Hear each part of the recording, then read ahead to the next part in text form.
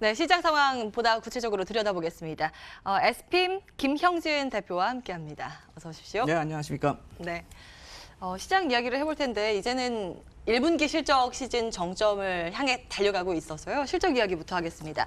1분기 미국이나 우리 시장이나 실적 안 좋을 거 다 알고 있었고 그래서 참 우려감이 많이 형성됐었는데 겁을 너무 많이 먹었던 것일까요? 그에 비해서는 좀 나은 그런 상황이 전개되고 있는데 평가는 어떠세요? 네, 맞습니다. 악재는 이미 다 노출되어 있고 호재 같은 경우는 잠재되어 있어서 투자자분들이 이제 기대를 할 수 있는 그런 상황이다. 미국이나 우리나 다 마찬가지다라고 생각이 되고 오늘 같은 날 이제 좀 많이 내리니까 뭐가 또 이렇게 변화가 되는 게 있지 않을까 좀 주목할 필요가 있어 보이는데 미국 시장 쪽의 선물도 지금 하락을 하고 있는 그런 상황인데 한 가지 제가 좀 참고적으로 말씀을 드리자면 여태까지 미국 쪽에서 실적 발표를 했었던 델타항공이나 금융주 같은 경우는 항상 실적 발표 시즌에 초반에 실적 발표를 하면서 분위기를 좀 좋게 이끌어 갔고요.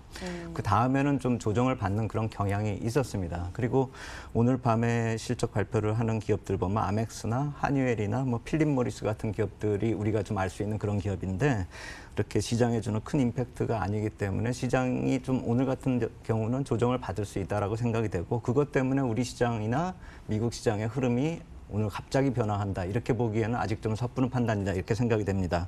특히나 해외 IB들이 지금 일주일 사이에 실적 발표를 한 일주일 사이에 좀 좋게 코멘트가 나오면서 시장 분위기가 많이 달라지고 있다라는 점. 예를 들어서 골드만삭스 같은 경우 실적이 하반기에 좀 개선될 것이다라는 기대감도 표력하고 있고 CT 같은 경우는 이제 아예 반도체 기업들 같은 경우는 1분기 지나면서 실적을 상향 조정할 수도 있다라고 또 코멘트를 어제 이렇게 날리는 것을 감안을 한다면은 오늘 갑자기 시장이 반전이 된다 이렇게 생각하기는 좀 힘들 것 같고요. 또 주식시장이 상승을 계속해도 정책적인 기대감 계속 남아 있습니다. 왜냐하면은 이 월스트리트저널이 뉴욕 지역의 인플레이션 지표가 좀 하락 신호를 보인다 이렇게 얘기가 나오면서 그 주식시장이 계속 상승을 했음에도 불구하고 올 연말 FOMC 회의에서 25bp 금리 인하 가능성은 아직도 33% 정도 나타나고 있기 때문에 정책적인 이런 지지력이 있는 한은 시장이 크게 반전해서 갑자기 또 하락으로 돌변한다 이렇게 보기에는 아직 좀 이르다 이렇게 봐야 될 것 같습니다.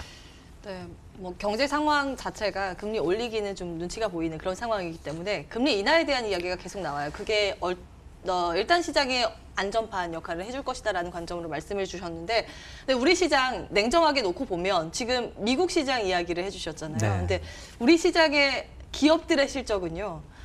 엄밀히 놓고 보면 계속 악화되는 추세 가운데 있거든요. 이런 건 어떻게 판단하고 계시나요? 예, 그래서 제가 얼마나 나빠지고 있는가, 그러니까 최근에 얼마나 좋아졌고 올해는 얼마나 나빠질 것인가, 그로 인해서 또 주가 지수는 어떤 영향을 받을 것인가 이거를 한번 참고하기 위해서 그 한국거래소에서 나타내는 뽑아낸 그런 수치로 한번 자료를 작성해봤습니다. 2014년부터 2018년까지 매출액하고 영업이익에 대해서 뽑아본 건데요. 2014년부터 2018년까지의 실적 추이를 보면은 매출액보다 지금 보시면 표에 나와 있지만 영업이익이 크게 증가를 했습니다. 매출액 같은 경우는 그다지 이렇게 크게 증가하는 그런 모습들이 아니죠. 어떤 경우는 2015년 같은 경우는 감소하기도 했으니까요. 그리고 이익이 크게 증가한 쪽을 살펴본다라고 한다면 2014년부터 2017년까지 보시면은 89조에서 2017년에 157조까지 그러니까 68조나 증가를 하는 그런 모습을 보이고 있습니다. 그러니까 76%나 급성장을 했다라는 것이죠. 근데 이 중간에는 비중을 차지하는 그런 모습들을 보면은 반도체가 많이 비중을 차지하고 있는데 삼성전자하고 하이닉스를 놓고 봤을 때 이 두 기업을 합하면은 이 아까 말씀드린 68조 증가분에서 37조가 증가되기 때문에 한 54%를 점유하죠. 그래서 항상 우리가 실적을 볼 때 반도체가 좀 많이 증가하고 이끌고 있다 이런 식으로 실적 시즌의 얘기들을 하고 있는데 그것이 삼성전자가 25조에서 53조로 늘어났고 SK 하이닉스 같은 경우가 5조에서 13조로 늘어났기 때문입니다. 그런데 반도체 때문에 이렇게 증가를 했다라고는 표현하지만 저는 여기서 놓치지 말아야 될 게 반도체가 만약에 54% 점유를 했다라고 한다면 나머지 46%는 다른 기업들 쪽에서 이익이 증가했다는 점도 놓치면 안 된다는 것이죠. 그래서 뽑아 보니까 SK이노베이션이나 롯데케미칼, 포스코, 한화 GS, 현대모비스 같이 산업재나 소재 쪽 섹터에서 한 13조가량이 이 기간 동안, 그러니까 2014년에서 2017년까지 반도체가 증가하는 그 기간 동안에 이들 업종도 충분히 13조라고 좀 이렇게 성장을 해왔다라는 점을 놓치면 안 된다는 것이죠. 그래서 한국 시장의 이익 증가가 뭐 반도체만의 영향이다 이렇게 보기에는 좀 불분명하다. 그렇게 표현하기에는 불분명하다 이렇게 말씀을 드려야 될 것 같고 2016년부터 17년은 확실하게 반도체가 이끌었습니다. 그런데 2014년부터 따져본다면 반도체를 제외하고 나도 우리 기업들이 점차 이렇게 스테디하게 이익이 증가했다라는 점, 그 점을 생각해 봤을 때 지나치게 반도체 위주의 성장이다 이렇게 좀 표현을 좀 과장하거나 그로 인해서 우리 경제가 좀 불안하다 이렇게까지 표현할 필요는 없겠다 이렇게 말씀을 드리겠고 지나간 건 그렇고 이제 올해 같은 경우를 놓고 본다면은 2019년 같은 경우 분기 이익이 한 30조 원대로 줄어들기 때문에 연간으로 따진다면 한 120조 원대로 줄어들죠. 그러면 작년에 157조 원하고 비교를 한다면 약 24%가량이 감소하는 그런 모습이고요. 그리고 절대 수치로 보면은 2016년의 수치로 돌아간다는 것입니다. 그래서 이게 어느 정도로 영향을 미칠까를 한번 감안해 본다면 2016년에 그 똑같은 기업이익 수준으로 그 당시에 종합지수가 1900에서 2100포인트 우리가 흔히 말하는 그 박스피라고 불리웠었던 그 지수대로 움직였기 때문에 지금 우리가 최근에 조정을 받았었던 작년 말까지 내렸었던 2000포인트가 깨지는 그런 모습까지 흘러내려왔다는 것이 2016년에 움직였었던 그 범주로 돌아갔다. 이 정도로 생각을 한다면은 이 기업 실적만을 놓고 봤을 때 기업 실적이 좀 많이 악화됐지만 이미 지나간 지수 저점이 그것을 다 반영하고 있었던 것이 아닐까. 그것이 진바닥이 아닐까 하는 그런 가능성도 한번 생각해 볼 필요가 있어 보이고 그래서 이번에 실적 발표, 그러니까 1분기 실적 발표뿐만이 아니라 2019년의 실적 시즌을 계속 지켜봐야 되는 관전 포인트로 꼽는다면은 기업 실적이 과연 어느 정도까지 감소를 하고 그 감소폭이 어느 정도 될지에 따라서 지수 하단이 결정될 것이기 때문에 그것을 좀 지켜보고 그 다음으로 이제 상단을 지켜보기 위해서는 분기 단위로 언제 저점을 형성해서 턴어라운드가 될 것인가 그걸 지켜보는 것이 1분기뿐만이 아니라 이번 올해의 실적 시즌에 우리가 주요하게 봐야 될 관전 포인트겠다 이렇게 말씀을 드리겠습니다.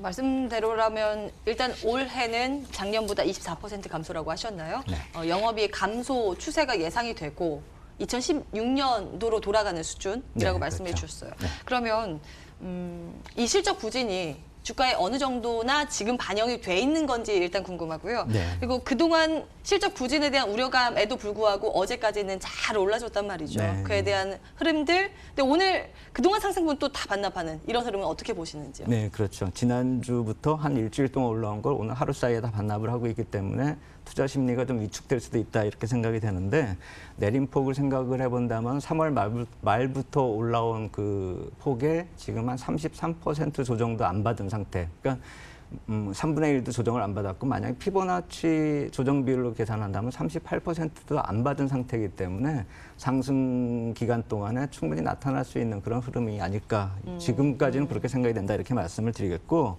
제가 아까 말씀을 드렸었던 절대 수치로 표현된 그런 자료가 아니라 이번에는 거래소 쪽에서 뽑아본 이 PER로 인해서 우리가 어느 정도의 지금 주가를 형성하고 있는가를 좀 따져볼 필요가 있어서 그림을 만들어 봤는데요. 코스피 PER 추이를 저 그림에서 본다면은 제가 화살표 빨갛게 표시한 게 두 개가 있는데 제일 왼쪽에 있는 게 2011년도. 이때는 모라토리엄 이슈가 전 세계적으로 이렇게 나타났던 때라서 자금이 우리나라에서도 많이 이탈이 되면서 저점을 형성했었기 때문에 PER이 낮아졌다 이렇게 봐야 되는 구간이고요.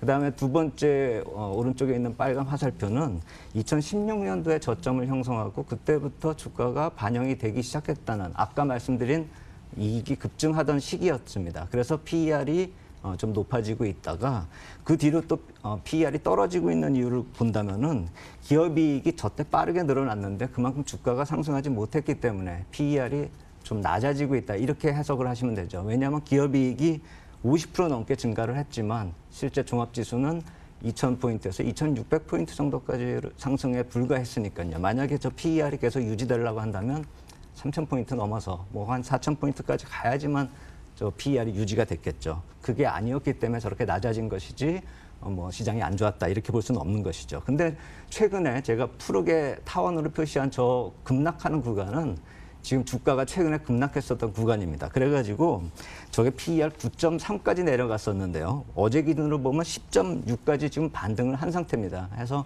PER이 지금 반등을 하는 이유가 저평가에서 저렇게 올라왔다 이렇게 볼 수도 있겠지만 실제로 EPS가 지금 20%가량 낮아진 거를 감안하지 않는다면 저 타원을 약 한 20%가량 위로 올려야 됩니다. 그걸 만약 20%가량 올리면은 제가 빨갛게 표시했었던 2016년도 두 번째 화살표하고 거의 바닥이 비슷하게 들어갑니다. 보정을 해주면요. 그렇기 때문에 보통 PER이 13 정도를 기록했었던 저점에 지금 도달을 한 상태이기 때문에 쉽게 올 수 있는 자리, 그러니까 반등이 올 수 있는 자리는 어제까지 거의 도달을 했다. 지금부터 더 추가적으로 상승하려면 추가적으로 모멘텀이 나타나줘야 되고 그것은 아까 말씀드렸었던 이익이 저점을 형성하고 다시 돌아설 수 있는가 그것을 따져봐야 된다 이렇게 말씀을 드리겠고 이번에 1분기 실적 시즌만 어느 정도 마무리가 돼도 저 PER을 보정을 해서 이번에 나타났었던 반등의 성격을 좀 더 명확하게 규명할 수 있기 때문에 이번 실적 시즌 마무리된 다음에 다시 한번 저 PER 추이를 한번 검토해 볼 필요가 있겠다 이렇게 말씀을 드렸습니다. 주기적으로 체크를 해봐야 되겠네요. 네. 지금 말씀대로라면 일단은 이제부터는 진검승부가 될 것 같고요. 그렇다면 실적 발표 진행에 따라서 전망 어떻게 보시는지 시간이 한 1분 반 정도 남았습니다. 네, 그래서 아까 초반에 말씀을 드렸듯이 오늘 밤이나 내일까지는 특별히 기대할 게 없습니다. 해서 실적 시즌이 외부 쪽에서 해외 요인에서 긍정적으로 올 것은 거의 없다라고 생각이 되는데 다음 주에는 좀 기대를 해볼 수 있다라고 생각이 됩니다. 다음 주 주요 IT 기업들 미국 쪽에서 발표를 하고 있는 그런 일정이 좀 잡혀 있는데요. 24일에 MS 같은 경우하고 페이스북 같은 경우, 그다음에 25일에 아마존하고 인텔 같은 경우가 있는데 이들 종목을 왜 지켜보자라고 하는 이유는 미국 시장을 이끌고 온 신고가를 내고 있는 또 낼 수 있는 그런 종목들이 마이크로소프트하고 아마존 같은 경우이기 때문에 다음 주 중반까지 조정을 받는다 하더라도 다음 주 중반부터는 저러한 실적 모멘텀이 또 작용을 해서 다시 상승 모멘텀으로 작용할 수 있지 않을까 그런 생각이 든다 이렇게 말씀을 드리겠습니다. 알겠습니다. 실적들이 어떻게 나오는지 체크하시면서 시장 대응 전략 세우셔야겠는데요. 지금까지 SPM의 김형진 대표와 함께했습니다. 탐나는 주식 2PM도 여기에서 마무리해야겠네요. 인사드리겠습니다. 남은 오후장도 MTN과 함께 성공 투자하시기 바라겠습니다. 지금까지 시청해주신 여러분 고맙습니다.